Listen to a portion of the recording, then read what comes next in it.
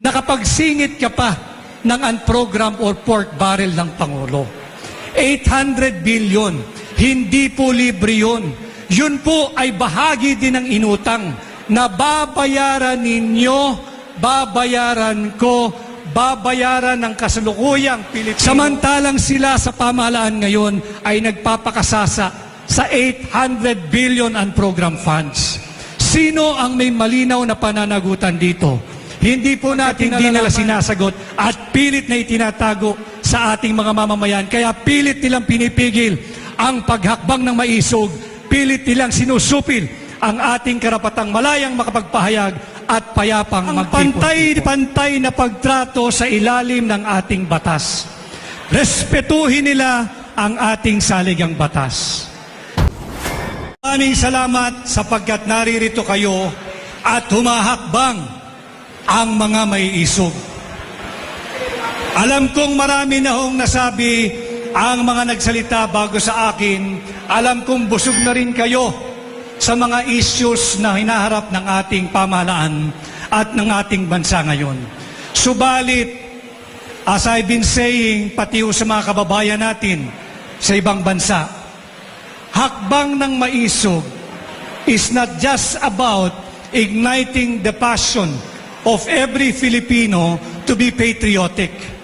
Hakbang ng maisog ay kinakailangan ipaabot namin sa inyo ang mga tunay na isyong kinakaharap ng ating bansa ngayon, because we believe in hakbang ng maisog that igniting your passion, igniting your patriotism without us informing you of the real issues at hand will be a great disservice. Kaya po ginagawa natin ang hakbang ng maisog hindi lamang dito sa loob ng Pilipinas, kung saan tayo ay pinipigilan magpahayag ng ating saloobin, kung saan tayo ay sinisikil na magpayapang magtipon-tipon, kaya tayo ay nagpupunta na rin sa iba't ibang panig ng mundo kung saan may Pilipino. Ang hakbang ng maisog ay nananawagan sa ating pamahalaan ngayon sa isang pamunuan na may pag-aninaw, may pananagutan, may kapayapaan, at may seguridad. Simulan po natin doon sa pamahalaan at pamunuan na may pag-aninaw at may accountability. Ito po yung nababasa ninyong TAPS: transparency, accountability, peace, and security. Ngayong taong 2024, mahalagang malaman ninyo sapagkat pahirap ng pahirap ang buhay, parami ng parami ang nagugutom at parami ng parami ang nahihirapan sa kanilang buhay sapagkat paliit ng paliit ang halaga ng piso. Sa kabila niyan, ang budget ho ng ating pamahalaan ngayon ay higit kumulang 5.700 plus trillion pesos. At higit kumulang sa kalahati po niyan ay utang. Utang na nga ang mahigit sa kalahati. Utang na nga ang mahigit sa kalahati. Nakuha pa nilang magsingit ng 800 billion higit kumulang na unprogrammed funds. Ano po yung unprogrammed funds? Ito po yung lump sum allocation or appropriation na tanging ang Pangulo lamang ang may karapatang mag-release. So wala pong transparency rito. Hanggang ngayon, hindi nila tinutugunan ito. Saan gagamitin yung 800 billion pesos? Samantalang mahigit kumulang kalahati ng 5.700 trillion pesos ay inutang mo na. Nakapagsingit ka pa ng unprogrammed or pork barrel ng Pangulo. 800 billion, hindi po libre yun. Yun po ay bahagi din ng inutang na babayaran ninyo, babayaran ko, babayaran ng kasalukuyang Pilipino at ng mga darating pang saling lahi. Pero walang malinaw na pananagutan sino ang magdi-disburse nito, paano at saan gagastusin ito, at sino ang may malinaw na pananagutan kapag ito ay ginamit sa malinaw na graft and corruption. Hindi po biro ito, sapagkat pahirap ng pahirap ang buhay. Magkano na lang ang nabibili ng 1,000 piso natin ngayon kung ikukumpara ito sa 1,000 piso natin nung nakaraang taon? Magkano na lang ang halaga ng 1,000 piso natin ngayon kung ikukumpara sa 1,000 piso natin nung nakaraang 2 taon?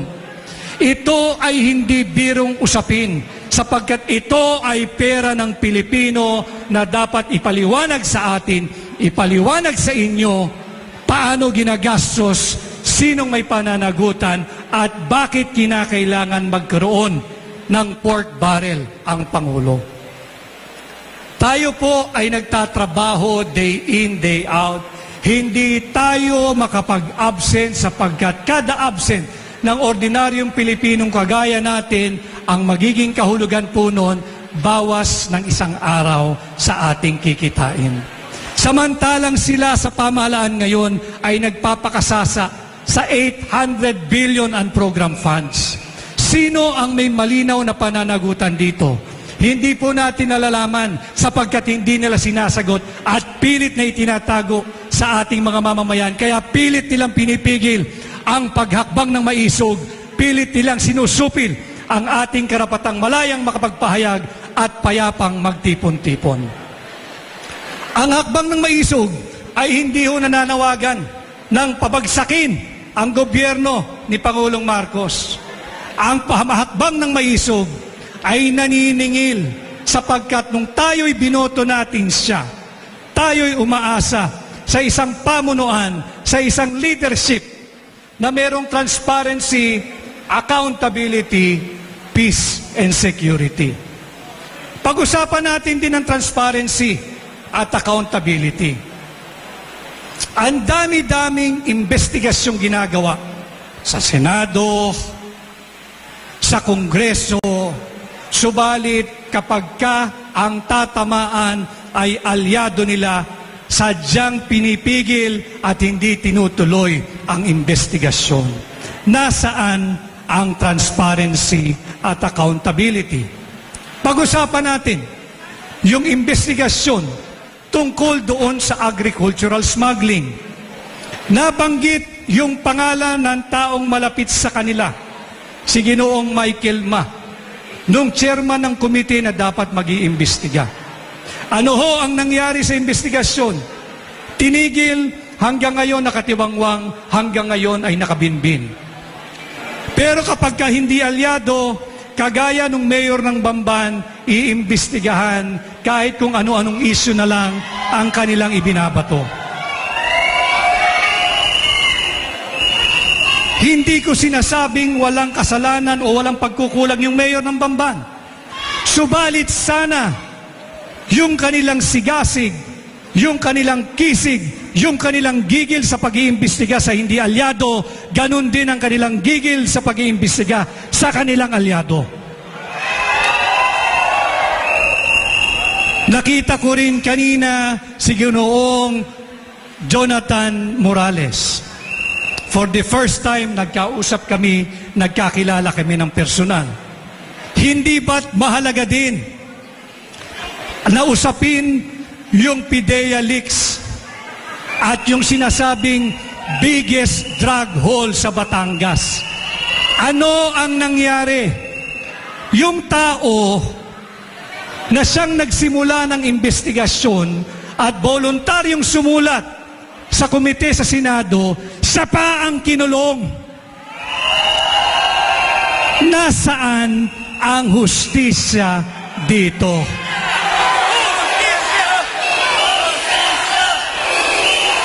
Yan ang sinisigaw din ng hakbang ng maisog. Ang pantay-pantay na pagtrato sa ilalim ng ating batas. Respetuhin nila ang ating saligang batas. Ang SMNI, dahil ba ang SMNI ay tinatrato nilang political inconvenience, critic or dissenter, iba rin ang trato kapag ka-kritiko nila kumpara sa kanilang alyado. Balikan din natin muli ang ginawang pagtrato doon sa pagseserve ng warrant of arrest kay Pastor Kibuloy.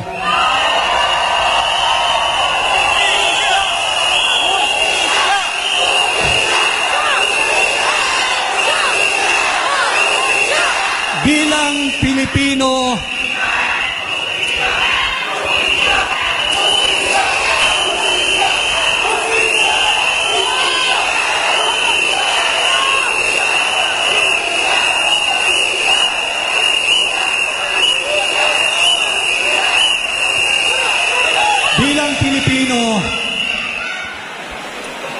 hindi ko inaabsuelto kung may pagkukulang o pagkakamali ang isang akusado.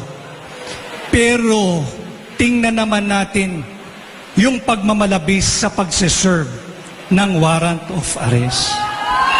Yung tao at yung kanyang simbahan na hindi naman kilala bilang bayolenteng tao at bayolenteng grupo, padadalan mo ng 2 batalyong sundalo.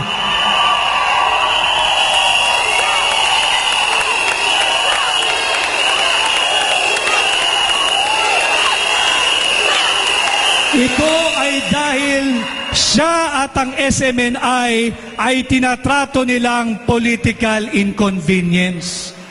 Ito yung mga nagdadala ng totoong kaganapan sa ating bansa.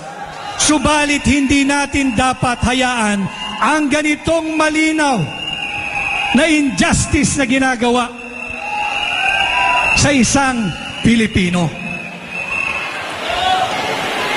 Ngayon nga ho, na nariyan ang ating saligang batas, linalapastangan nila. Imagine ninyo ang buhay nating mga Pilipino kung maano magiging miserable pag hinayaan natin silang lapastanganin ang ating saligang batas.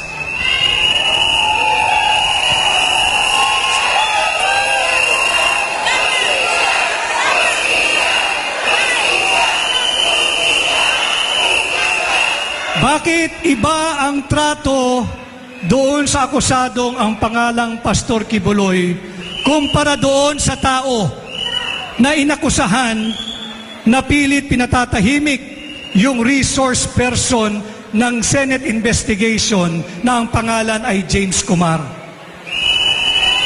Hindi ba't kasalanan ding malaki na pakialamanan mo ang Senate investigation at suhulan mo yung resource person at sabihin, huwag ka nang maingay. Manahimik ka na lang at magsabi ka kung ano ang gusto mo o magkano ang gusto mo. Yan ang hinihingi natin sa akbang na maisog. Pantay na trato sa ilalim ng batas, sa ilalim ng ating saligang batas.